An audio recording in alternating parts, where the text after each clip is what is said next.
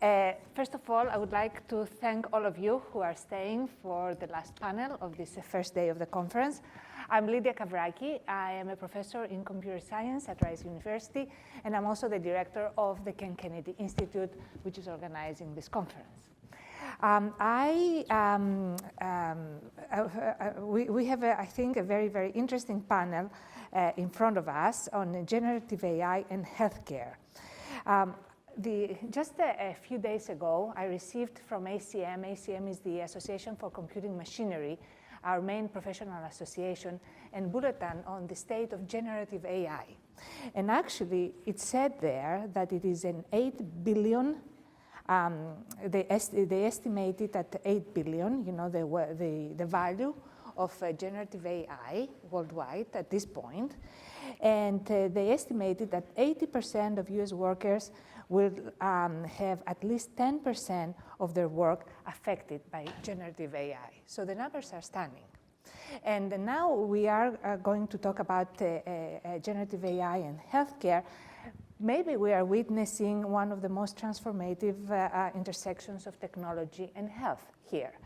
The implications are vast, from reshaping clinical procedures to offering novel solutions to age-old challenges, and it is potentially a paradigm shift in healthcare delivery, a promise for a more informed and more efficient and patient-centric future. However, at the same time, it is a technology that raises complex ethical and regulatory issues. And all these are topics that we are going to explore in our panel in the next hour. So exploring AI, is a generative AI role in transforming healthcare is our topic. I would like to introduce our panelists, starting from Dr. Christine Kostik-Kenneth. She's an assistant professor at the Center for Medical Ethics and Health Policy at the Baylor College of Medicine. Kristen, can I ask you to say a few things about your research area? Yes, of course. Thank you, everybody, for coming and listening to this panel. I'm Kristen Kostik-Kenneth. I'm an assistant professor in the Center for Medical Ethics and Health Policy. Most of my research focuses on ethical issues and considerations for the translation of computer perception technologies, AI-based computer perception technologies into clinical care. And some of my other research focuses on, well, I should say that computer perception technologies, that includes digital phenotyping, affective computing, computational behavioral analysis, that kind of thing. Thank you. Our next panelist is Dr. Vicente Ordonez Roman. He is an associate professor of computer science at Rice University. Vicente, a few things about your work. Yeah, so my work is at the intersection of exactly, natural language processing and also computer vision, and in general, machine learning and deep learning applied to problems that require reasoning about both images and text. Okay. Our next panelist, Dr. Kirsten Oster. She is the Gladys Louise Fox Professor of English and the director of the new Medical Humanities Research Institute at Rice University. Kirsten, a few things about your research. Yes, I do research on the ways that health and medical media and technology shape the ways that patients and doctors see and understand health and disease. Thank you. And last but not least, Laila Rasmi, is an assistant professor in the McWilliams Schools of Biomedical Informatics at UT Health Houston. Laila, something about your research. So I'm mostly work on deep learning-based predictive modeling using electronic health records data and other types of structured clinical data. So just like my interest in the domain of large language models and generative AI is mainly I borrow the ideas that they use to train such large language models and use the structured data to train them. So I have another variation of these models. So this is my current area of interest. Thank you. And just for completeness, I would like to add that I work in AI and its application in robotics and biomedicine. So let's get started. I would like to start by actually defining some terms so that we are all on the same page, starting with what is generative AI, when did the term become popular and why, what's a brief history, and some examples of generative AI. Vicente, can I start with you? Yes. Well, artificial intelligence is an old field. I mean, already. I mean, it started almost like with computer science. Maybe like in the 60s, it was already coined. I mean, there was a big meeting where a lot of researchers defined some of their concepts. And I put there in the slide, you know, science and engineering of making intelligent machines. Basically, how do we make the computer have some of the same skills a human has? So that's the basic definition of AI. And people have not always used machine learning. It has not been always equal to machine learning. There have been various approaches throughout the years.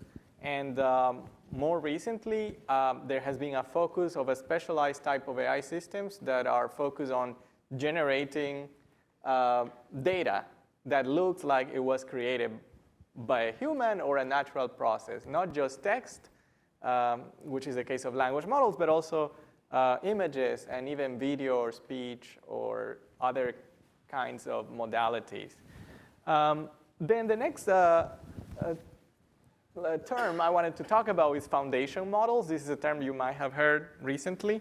And this was coined, I think, just last year. A team at Stanford came up with a term.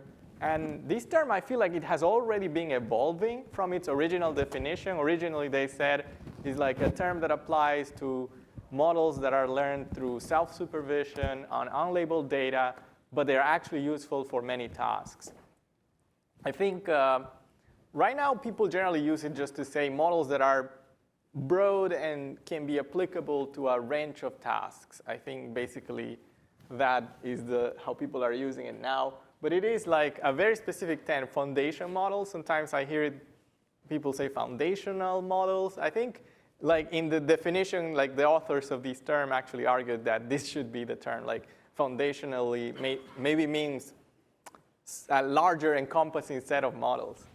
And then finally, I have a definition there for large language models, which are specific about text. It's not just about generating text, by the way.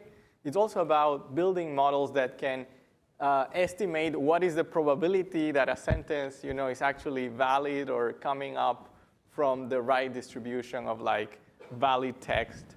So it's not just about generating text, but also understanding the text in a way that is human interpretable. And these models are trained not just on large text from the internet or specialized data sets, but also they are trained with specific human supervision. So these are some of the definitions I wanted to talk about. Yeah. Okay. Thank you very much. You covered the definitions broadly. Let's try to get into the healthcare domain now. Maybe, Leila, when it comes to health, how is generative AI understood? Okay. Can you discuss this a little bit? Yeah, sure. So first thing is some people can mess or get confused between like generating text and using generative AI to generate text. So tools like dictation, which have been in use in clinical settings for a long time now, those tools are not per se generative AI. Those are tools that are trained to have like a precise translation of what you say and just write it down. But when we are talking about generative AI, it has to generate and create new text. So this is like how generative AI is understood or should be understood in the healthcare settings. So for example, if I'm a doctor, I have a visit with my patient, and I have like a tool like a dragon or like some tools that is hearing what I'm saying and just like transcribing it. This is not a generative AI, but one of the current or like soon to see applications for generative AI that is after it transcribes all what you say in the conversation, it will draft you the clinical notes. This is a tool of like how it is a generative AI. So this is like when we talk about generative AI. Mm-hmm, mm-hmm. And how long would you say that we've seen this trend in the healthcare domain? Is it recent? Is it going on for a while? So really it depends on like how you are looking at it. So generation of data, either it is like synthetic EHR data or synthetic clinical notes. This has been there for a while. Like I started in this domain in 2016, and since that time, it is already there, but it is not using transformers, and it is not like big and awesome like it is now, but using like GANs or just like another type of neural networks, we can generate some sort of data, and mostly it is used in research because this synthetic data can help like train some models when we have like very small amount of data and so on. So it has been there for a while, but actually like the booming of things started in like 2018, like in 2017, 2018, when the transformer architecture was released, which is like the basic for everything. So GPT is like, I think, generative pre-training transformers. So this one was, the first version of GPT was published in 2018, and also by the end of 2018 was a BERT model. So GPT and you saw it immediately in healthcare? So in healthcare, people start to adopt it very quickly. Very quickly. Yeah, this is a point that I want to come back to later. But I mean, those of us who have been working in this area know that there were several developments over many, many years. But at some point, everybody became aware, let's say, of these developments. And maybe one of the reasons so many people became aware of these developments was ChatGPT, right? And I wanted to ask Vicente, so it has, I mean, this is a form of generative AI that has gained a lot of attention recently, ChatGPT. And how can you describe to us a little bit how does ChatGPT differ from other models in the market, and what made it so popular to all of us? Well, I mean, ChatGPT is trained explicitly to act human-like. And I think we humans are attracted to seeing, faces on the peak of a mountain, And so when we have an AI model that is speaking to us, saying not just, here is the answer to your problem, but saying, I think here is the answer to your problem, then we really ascribe thinking to the machine. And so it suddenly becomes more human than it actually possibly is. Also, I mean, it is a very robust system that is the culmination of many, many years of development that was finally put in a web interface for the general public to use. So I think there was a huge engineering effort that was the byproduct of many years of research, a very large team, solely focused on this task, and they curated this model. I mean, usually a research project, we work in shorter cycles in academia, but here, they dedicated, like, let's say, a full year and a full team full of people just dedicated to this goal of curating data, making it available, tuning the system carefully so that it actually sounds human-like. I mean, so I think that's I think what it differs from previous. It doesn't differ a lot from other non-commercial products actually, but in this way, the scale at which it was trained, the care of the data that was curated to be able to train it, the amount of engineering that went into it, I mean, it has been what I think has attracted people the most. Yes. Yes, I find it very, very interesting. I don't know what your experience has been. I see children to older adults playing with a tool like this, and they find it interesting. Okay, so this is not a panel about ChatGPT. Okay, let's move a little bit to examples of how generative AI, and if you want large language models, are being used in healthcare. Because there are many, many uses, and we would like, and we tried to give you several examples. Maybe Laila, you can guide us through this, and I think we have a slide that sure. maybe people can look into. Yeah, so really I want to talk. Thank you for raising the mic. Okay, thank you. Okay, so I won't really go through this slide or read it, but these are very good examples, and especially how they put the potential for medical professionals and for patients. And I will more talk about like current examples that have started to be implemented.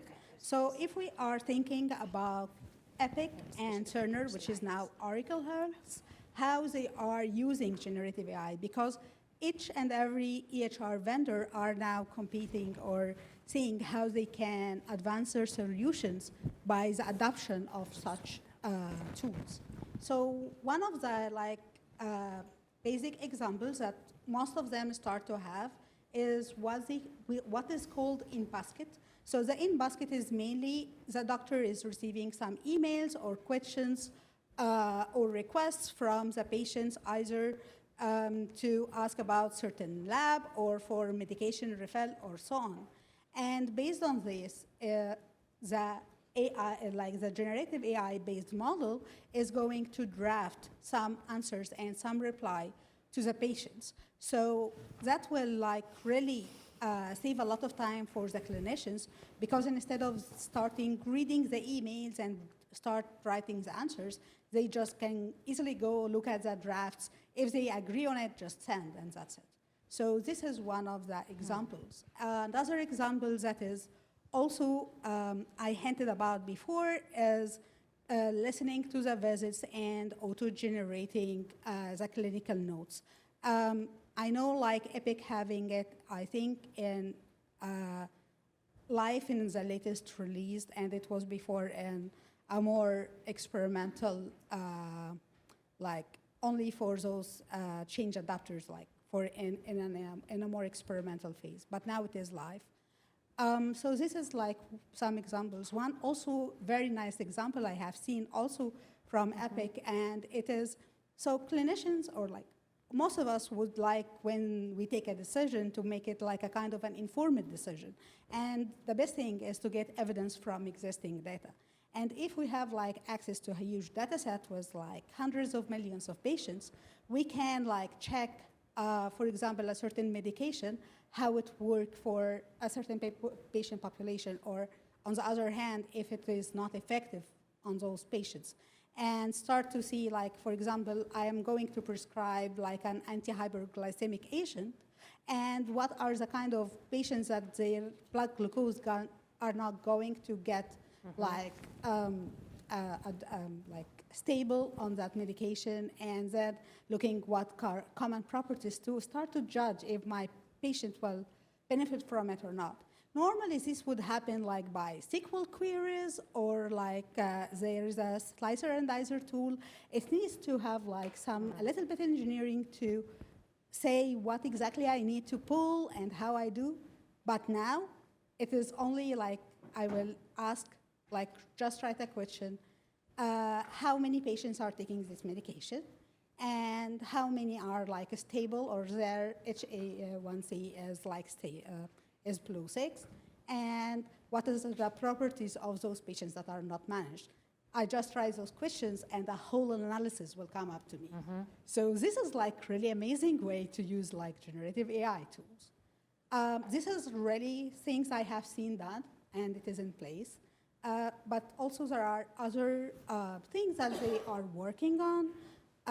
Both Oracle Health and Epic are work on what they call trust agent, or clinical digital agent. And this is more to tell them, okay, pull to me the patient last x-ray, or pull to me the last lab result for XYZ.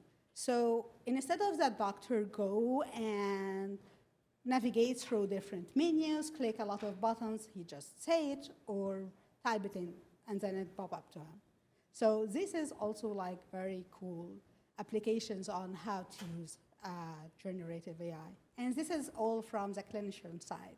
So that's how to make their time and effort like used more efficiently. On the other hand, for patients, patients can, as we can do now with ChatGPT, we can just like put some clinical question like, what will happen to me during this procedure? You might find some explanations. These kind of things will be embedded into like patient portals like MyChart or so. So also one more thing is for billing. So The pre-authorization can be like more facilitated with generative AI. Also, like if I want to draft like I was not authorized and I want to like appeal this denial. So how I can like draft a letter. So all of these are potential applications for generative AI in healthcare, and companies are working on. Yes, I don't know if you want to add others. I found it very interesting that you chose to focus on these applications.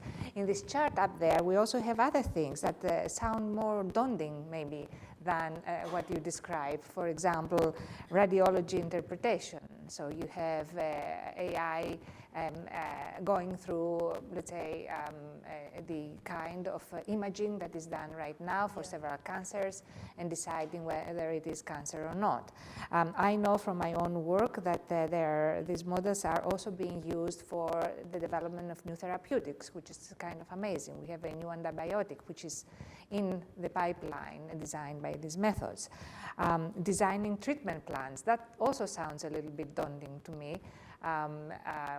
Designing a treatment plan, it's a complex, a very complex process, right? This is why you're trying to find an expert in their field to understand what are all these different parameters that come into giving you the best treatment. It is, I think it is interesting to see things that I think we all agree that they can be easily automated with generative AI, like summarization, for example, and processes, authorizations, creating insurance, maybe topics. From that, we go from that level to actual treatment or to actual the treatment you receive or the new drugs that we might be having in the future. Skeptical on this, okay. but this can be done. Okay, that's very good. So you said you're skeptical on this, and this is something that we are going to discuss. But this is what is being discussed in the community, and we have snippets of things that work and things that don't work very well. So the range is really very, very broad, and it's something to keep in mind, maybe, as we move on. Can I ask Yes. in a nutshell why you're skeptical? Discuss later on the challenge, but simply I really can't trust generative AI tools in order to generate text or extract information from what I give it as a text. So this is like very safe way to use generative AI, but for clinical reasoning, no, not at this stage, at least. Okay. Does anybody else wants to comment on why not? Well, I will just say, I mean, these systems are not very reliable yet. I mean, Yes. reliability is still an issue. I mean, the language models are just predicting a probability of what is the next word, and there is always and this process of sampling from the language model is probabilistic still.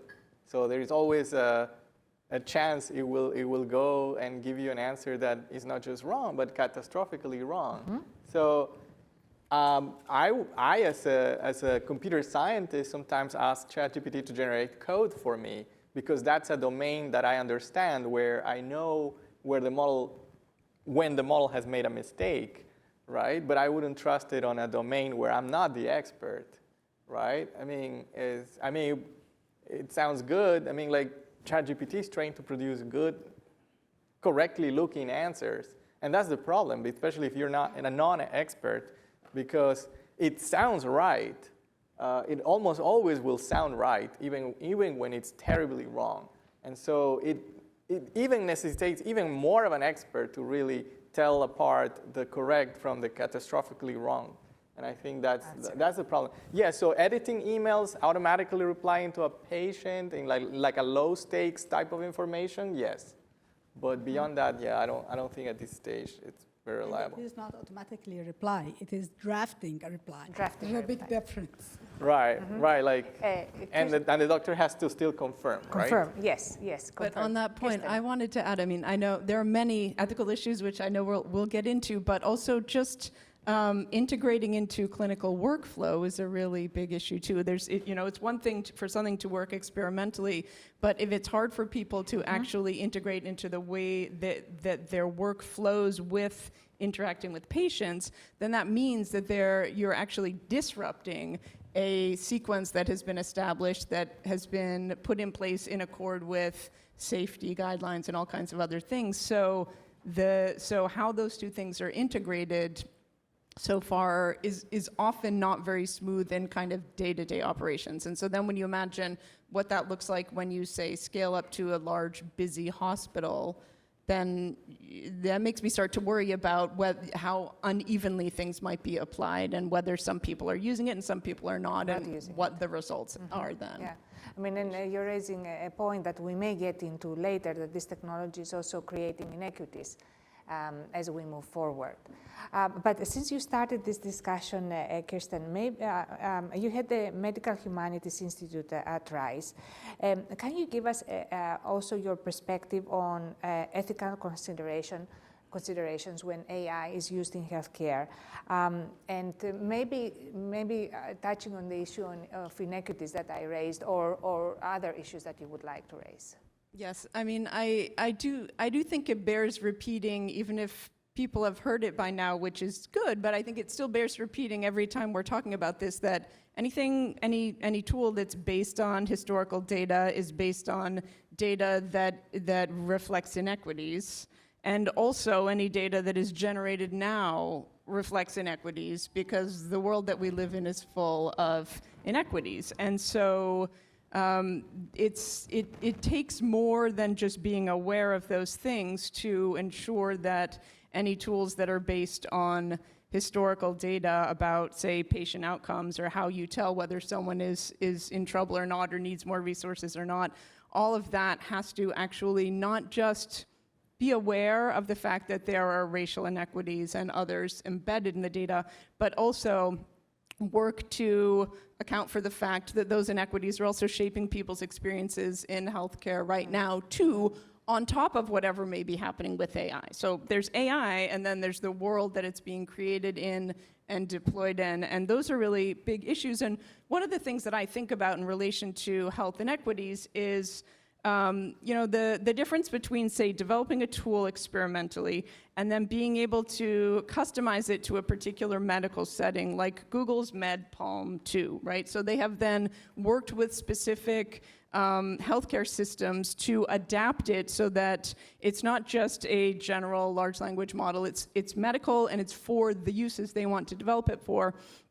Most healthcare systems don't have the financial or human resources to do that. The county hospital probably doesn't have those resources. So it's easy to imagine a future where these tools are refined and perhaps even adjusted in terms of ethical issues as well as just operational issues, so that they work better in the settings that have the most resources and that benefit then the patients that can access those settings. Whereas those who have to kind of take more of a general purpose kind of tool will not get those benefits, and instead may get the benefits of those tools that are full of bias, which Google researchers have also acknowledged, as they're trying to develop this tool, that it still reflects many biases that exist in the world and also produces hallucinations and other things like that. So when I think about the difference between kind of, purpose-built tools that can be highly refined and then those that are general purpose, that to me already points to a massive inequity that will follow from that.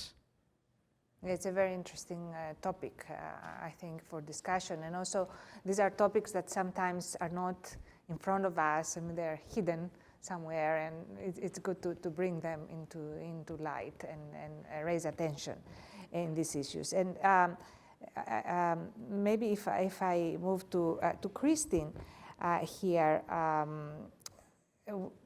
medical ethics and health policy at the Baylor College of Medicine. Can you discuss other ethical considerations that are raised when implementing AI tools in healthcare? What are your views? If you want to go into IP and copyright issues, please do. Yeah, I mean, there are quite a few. So yes, there are quite a few. But it's just true. kind of following on from Kristen's comment, I think the fact is that so these kinds of large language models are going to be deployed. They are being deployed in lots of ways that we can't foresee, anticipate, or control, right? And so that brings up a lot of accountability issues. So who is it who's accountable, right? So people, for a long time, they said that developers are accountable. Like, it's the developers who should tell everybody what they need to know about all the systems, right? And I think that there's a certain truth in that. So there are certain things that the developer should convey, the weaknesses, the limitations, the performance capacities of the model. But at the same time, I think that there is also a responsibility for the users to recognize, I mean, they obviously need the information, they need the kind of, they need to make informed decisions, and in order to make informed decisions about using or relying on a technology, they need to have that information from the developers. So, but I do think that there's a level of, like, at the point of care or at the point of clinical decision making, there needs to be, there is a responsibility of the user too. So there's accountability issues in deciding how much to rely on a tool and how much not to rely on it. And that's a really tricky calculus to make when you don't know exactly what is these tools are capable of. In terms of IP issues, I think these tools are kind of like hoovering all of the information from the internet. The sort of common crawl of the internet. They're soaking up all the information from web pages. And I mean, this is a little bit different considerations for healthcare than it is for like other IP. But of course, there's like content creators who are very upset about the fact that there are all these, that basically there's a tool now that can learn from their voice or from their, they're generating music and literature and, all kinds of art, visual art, and the kind of like ability of these tools to be to learn in a multimodal fashion, and to then generate that kind of information back to people. I think it's really comes with great responsibility. But anyway, so there's a lot of this information. We don't even know what kind of information is being sucked up into these models. And so I think there needs to be a lot of greater visibility into what information is being contained in these models. So of course there's, like the, these need to be like open models. But I also think that there's this idea that, you need to have a kind of visibility into what's actually being contained in the models in order to be able to evaluate it. It's not just a matter of curiosity. It's it's a matter of being able to validate and evaluate the content of these models. So that's just one off the top of my head. I was trying to reach my the bulletin that I was talking to you about that I received recently. Just to give you the scale of things, the 20-volume Oxford English Dictionary has 59 million of total words. The Meta's AI Llama, a large language model, has read 1,400,000 millions of words. Okay, I don't know if I put all the zeros here, how much it's going to be, but think about it. 59 millions for the Oxford English Dictionary that we use, and I'm sure we don't know all these words. And the other system is 1,400,000 millions of words. So it is getting to numbers that even if we know the sources, it's unclear if we can process all these sources, right, for understanding what information is in these models and what information is not in these models. I think it's a question that begs a lot of research and a lot of thinking on how we can go about understanding what is in these models, even if we're given the sources, let's say. Yes, you would like to add into that? Well, yeah, I mean, Vicente made the comment about how one of the reasons that ChatGPT took off so much was because it seemed human in the way that it interacts, right? That it verbalizes things in a form that sounds like it's a person talking to you. And I think this raises a real question in clinical settings about what is the responsibility of clinicians and others to explain to patients what's going on and how does that happen. And I will just mention I'm right now teaching a class at Rice called Responsible AI for Health, and I have 40 incredible students. I don't know if any of them are in the room right now, but we talk about this, and you know, one question or one comment that someone raised in one of our discussions was, well, you know, hospitals are full of technology, and we don't feel that we need to know how all of them work, right? Like we trust that they're regulated and that they work, and then they do the thing that they're supposed to do. But the kind of persistent likening of AI to human intelligence actually encourages people to think of it more like something that we should understand. And because it's kind of presented as potentially a reasoning tool, then we really want to understand how it is coming to those decisions, because we still don't have any clear view of who is really accountable in the way that you were describing. There's discussion about it, right? But we don't have clear kind of guidelines around that. And so how can patients understand? What do they need to understand? And who will be actually trained to explain to them?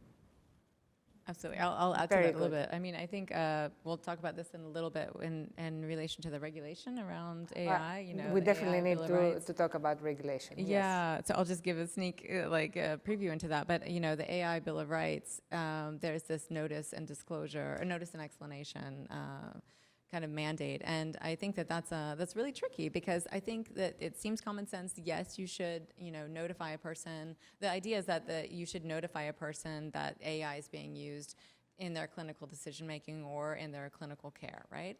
And so that seems like, okay, everybody would agree to that.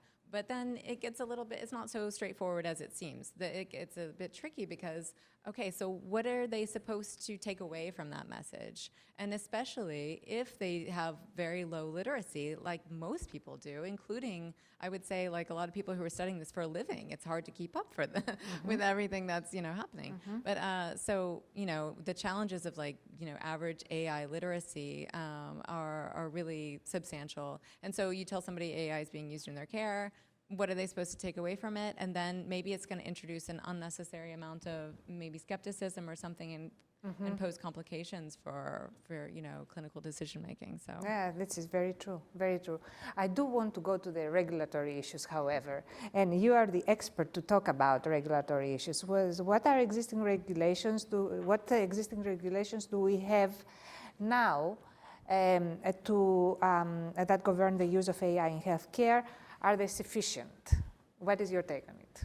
I mean, I think it's a good move that everybody is sort of discussing these things. And so I would say that this is not anything new, actually. I think generative AI has thrown a new sort of fire into everybody's, like, and, you know, motivating everybody to continue to create new, generate new regulations.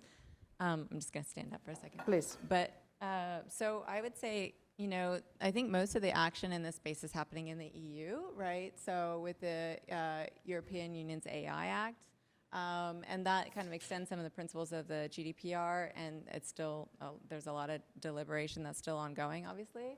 But they're basically taking a risk-based approach similar to how the FDA does in the United States, and focusing a lot on kind of biometric surveillance, kind of figuring out what's acceptable, what's not, and also copyright and IP, right? So I think a lot of the things that are happening in the EU, they're kind of seen as the world is sort of watching what the EU is going to decide and use that as a model, similar to how the GDPR is one of the kind of pillars to, you know, privacy, data rights, and everything for the world, even if we don't follow it per se, but it's sort of like one of the strictest, most robust. So I think everybody's got their eyes on the AI Act. It's still in deliberation. The US is obviously, like, slower to regulate because we want to maintain our kind of competitive edge. And so we're focusing more on regulation that's going to incentivize innovation and advancing these technologies. But then the government is also realizing that there's been, this call from very notable figures in big tech, especially Elon Musk, Gary Marcus, Jeffrey Hinton, other big figures, to kind of come up with a moratorium, like anything beyond ChatGPT 4 capacities, we have to just put a moratorium for 6 months, right? And that was about 6 months ago, so you see how well that turned out. There was no stop there. So people have said that the moratorium itself that's been gaining a lot of criticism. So the U.S. is really kind of taking an innovation first approach and trying to figure things out at the federal and state level. So the blueprint for an AI Bill of Rights, we mentioned it before, but that's something that came actually before ChatGPT. And ChatGPT is just one of, like you said, Vicente, like many language models, right? But it's the most, well-known. And so I think it brought a lot of attention to the need for AI regulation. And so, the AI Bill of Rights focuses mostly on citizens' rights around AI and consumer privacy and things like that. Maybe we can go to the next slide too. Okay, I need to move do here. you Yes, go control ahead. Now you have it. And then there's some movement on the federal level too to kind of forbid the use of AI without consent of the employees anyway in hiring, evaluation, and termination decisions, and to make sure that complies with existing regulations around disabilities acts and then I would say like even the FDA has already, this is pre-ChatGPT as well. So the FDA is, I would say, one of the most proactive. I think they're the only sort of regulatory body that has issued any kind of proactive regulations around AI. So they proactively regulate in the sense that they will say that this device or this kind of tool is approved, and so that has to undergo this kind of approval procedure. It's very strict. And so there's a bunch of other kinds of movements on the federal front right now. The National AI Commission Act is a bipartisan act sponsored by representatives in California and Colorado. Some people are hopeful about it, some people are not. And just one day after the National AI Commission Act was proposed, Chuck Schumer introduced I'm not sure what it's called, AI innovation. Safe innovation in the AI. Sorry. Oh, yes, sorry. Yeah. Here you go. Which primarily focuses on innovation, right? So creating a kind of regulatory environment that stimulates or that incentivizes innovation. And there's also some stuff about open access there, which I think. So let's see. I mean, everybody knows in the U.S. it's a very tumultuous political scene right now. So. But something that's going to probably be passed, it looks like it's going to be passed this year or maybe early next year, is the AI Disclosure Act. So that would require any kind of outputs that are generated by AI to be disclosed. That would come with a kind of label. So that's sort of, and then there's also kind of a flurry of activity happening on the state level. Yes, indeed. I mean, indeed, it's an effort to regulate something which is moving so fast. Almost an impossible task. But in this process, Kirsten, have there been debates over ethics and regulation at this point? There have been. I mean, the AI Bill of Rights actually is a really interesting document, and Alondra Nelson was the head of the Office of Science and Technology Policy at the time that was developed and released, and there's a lot of emphasis on civil rights and on concern over inequitable access to the benefits of tools and or inequitable exposure to data mining and different things like that. And so there was certainly discussion about that. None of that has made it into law yet. So, and I personally am not that optimistic that it will. Maybe a little bit will, but something very, very kind of basic and minimal, sort of at the level of HIPAA, perhaps. So, but one thing that has really not happened, we've heard from the leaders of large technology companies that are developing these tools, and we've heard from politicians. We haven't heard from patients or from kind of people whose lives will be probably affected in real ways by these tools, and by these tools especially being used in healthcare. And I think given the fact that it is in the context of medicine, it is patient data that is really central to training, that there should be some way for those voices to be brought into the conversation and heard. It's not a straightforward process, precisely because of the complexity of this environment and of the topics, but the question of how technological advancements over time have benefited some communities and not others, or even harmed others, is something that we should learn from. And in this context, then, I think that it would be very appropriate for especially communities that have been harmed or marginalized or underserved by medicine to have some way to weigh in on how their data should be used, or on how tools like AI should be regulated in the context of healthcare. We're very far from that, but when you look at the broad ethical landscape and you look at the history of technological innovations in medicine, it's obvious that we should do that, because we kind of have that realization every time there's a major technological innovation. Yet we always have it after, at the end. And we're in a position right now where the debate is happening as the technology is developing very rapidly. But so we could open up the debate in that way this time, if we sort of learn from the past. Yes, would you like to add something? It would be interesting just to see how people are using it, like how different communities are even using the technology, because I don't think we can, there's so much about this technology that is so difficult to anticipate because it's just so new. And so I think the first step is just to kind of watch and see, not watch and wait necessarily, but watch and see how people are using this, and then make some kind of recommendations. But right now it's so new that, I'm just thinking, so my background is in medical anthropology. If I were to go out into a community of any sort, anywhere, internationally or nationally, I would probably ask questions like, so what's, how are you using ChatGPT, or how is this, manifesting in your life, and it probably just isn't yet. And so I think we just need to wait a little bit, and maybe with kids that's different. Maybe with adolescents it might be a little bit different. But so this puts a lot of responsibility on certain communities, right? The communities that understand this kind of technology to some extent, maybe more so than in the past. Which raises, I think, very interesting issues. But it should be clear to everybody that both from a technology point of view, but also from a policy regulation point of view and an ethics point of view, we are dealing with something which is extremely complex and we hardly understand. It's the elephant in the room. Everybody sees one part of the picture, but it's very difficult to get the whole picture. But I want to move a little bit into challenges and opportunities, and maybe ask Vicente, from a technological point of view, do you see challenges moving forward? Do you see challenges in implementing these generative AI solutions in the healthcare field from a technological point of view?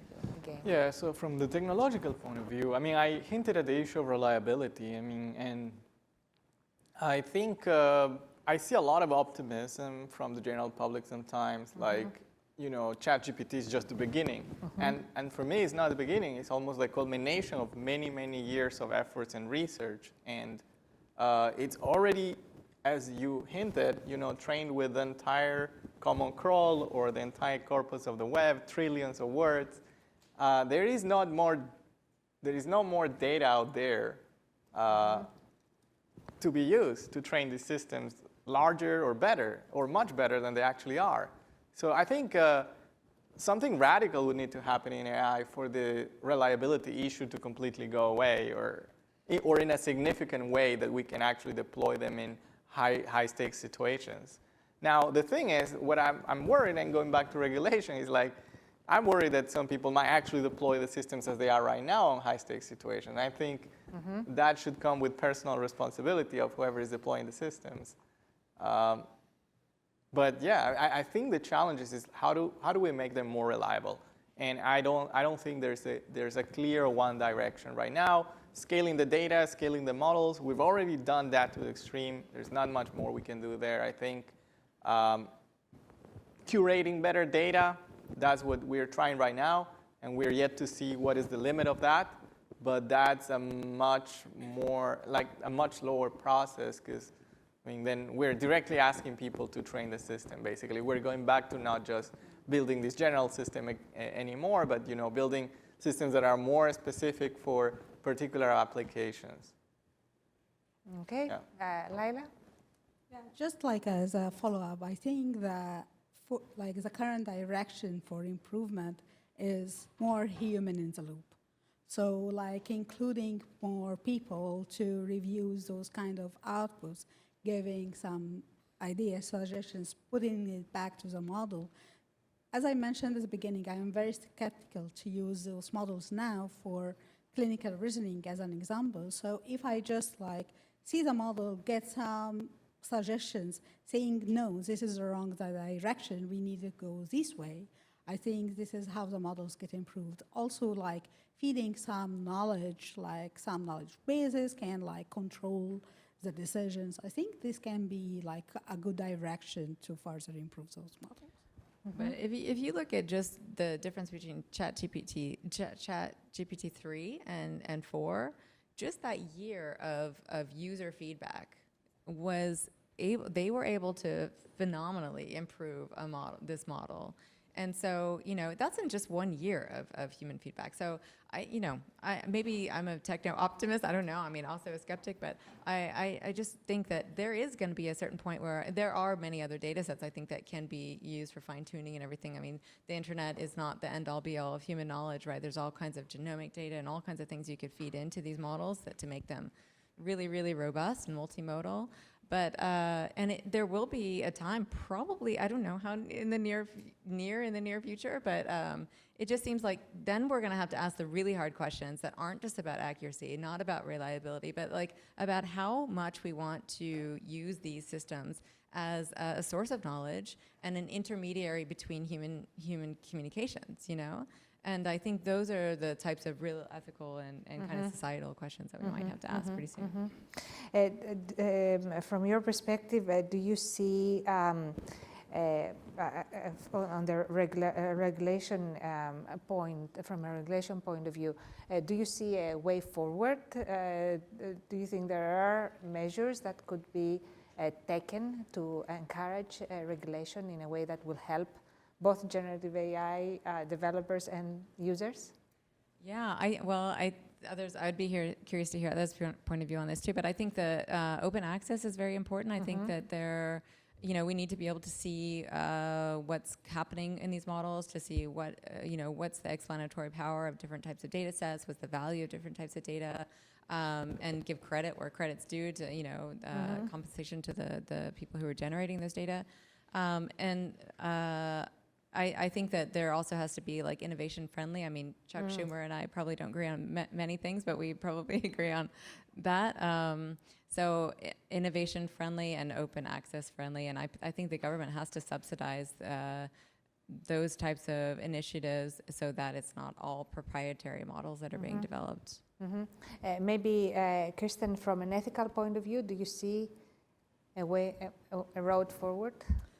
Well, I think that we really need to look at education, and we need to look at the ways that we kind of assess and sort of certify the completion of real education. And so I mean that both in the realm of, say, computer science, data science, biomedical informatics, all of those fields that are feeding in to the generation of different kinds of AI, but also medical health professions fields. So, if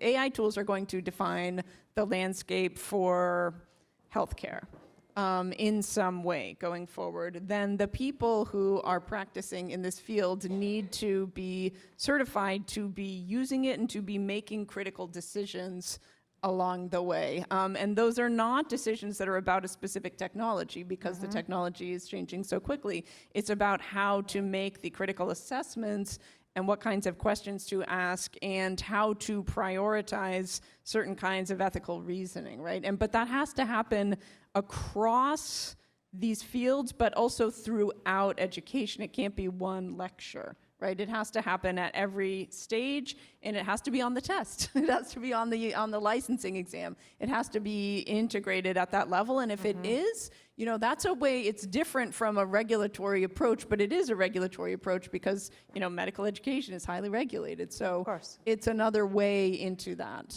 Of course.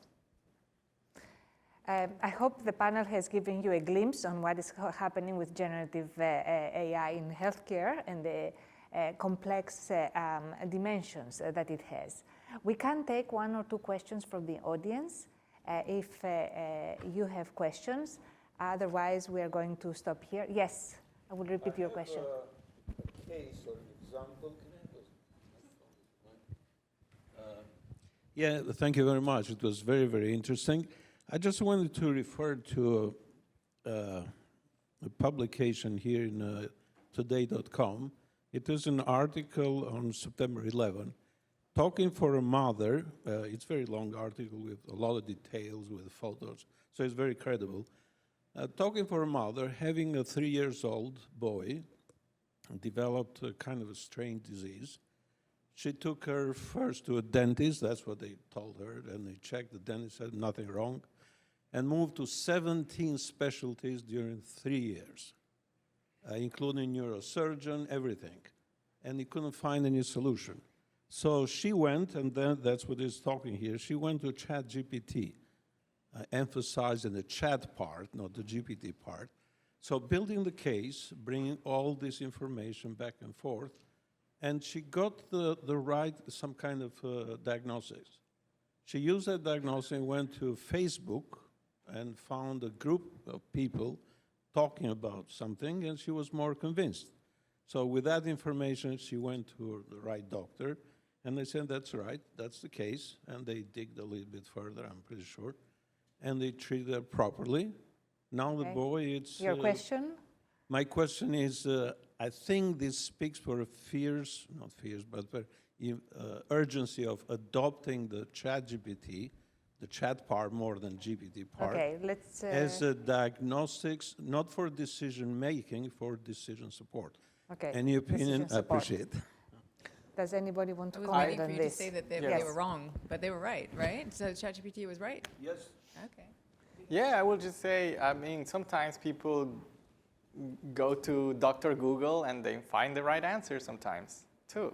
So, I think... I mean, this is not... Yeah, we are not going to make you can take it, you know, you can continue during the break. I mean, I get the... I mean, like, yes, sometimes, I mean, this tool will work, and it will work amazingly well. I mean, of course. I mean, I expect to hear more stories like the one you just told. But, you know, like, it's still not reliable. I mean, like, the person had to still confirm with a doctor, like, had to corroborate the information and cross-check with other sources online to even have any grounding on the real world for this type of thing. I just want to say, well, I know that we want to end, but I think it's a good point, though, because there are a lot, so, you know, the dream of every clinical team is to have a bunch of multidisciplinary people in one room talking to each other. And that just doesn't happen in a real clinical setting for lots of, you know, procedural and other types of reasons, right?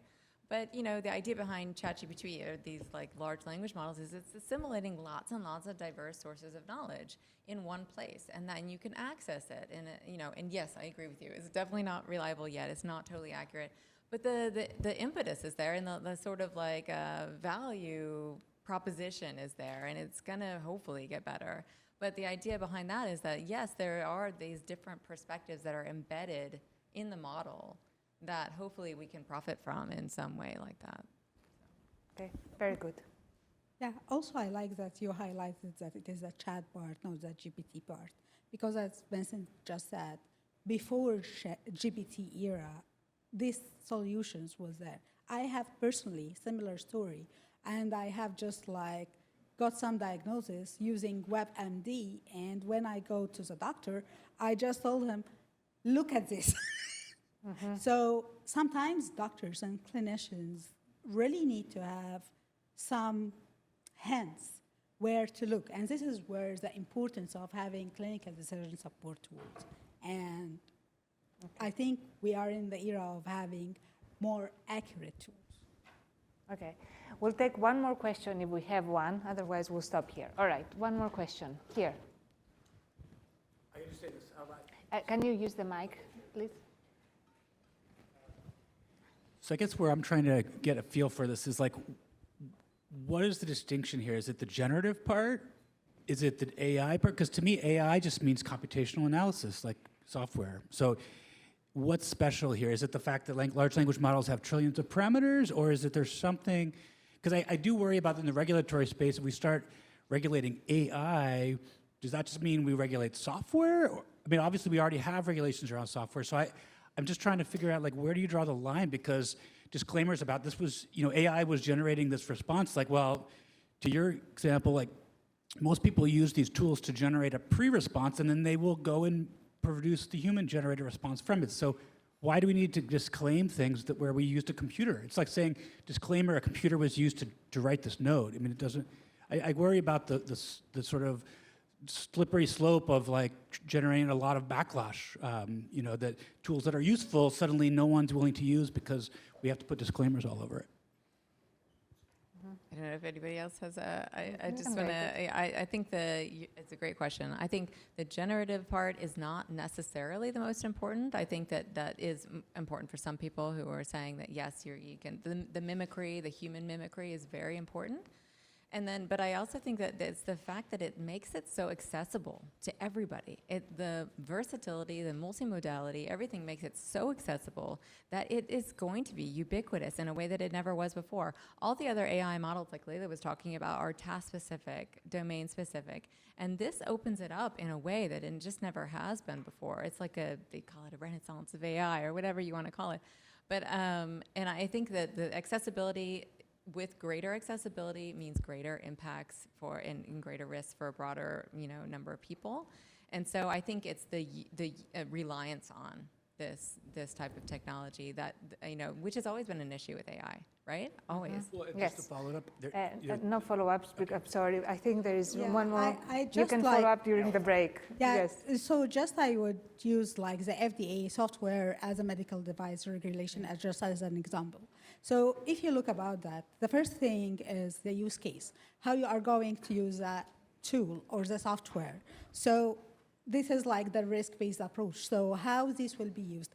If it will be used just to guide the doctor for taking the decision, this is not need to be regulated much. If it is like a medical device that will be taking automatic decisions, this will need to be rigorously regulated. So this is one part. Second part is like how the model is developed is another part. So the mechanism of like how things are working is one aspect. And another aspect is the actual data that you are training the models on. So if it is a highly regulated model to be used, you need to have like, the FDA need to access the data that you are training the models on. Thank you. So all aspects.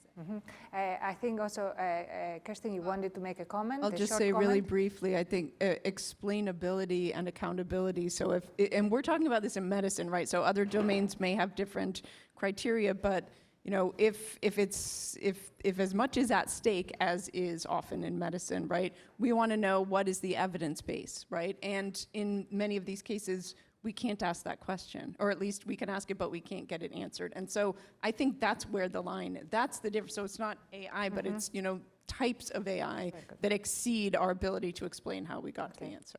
At this point, I'm going to close the discussion. First of all, I would like to thank all our panelists. Thank you very, very much.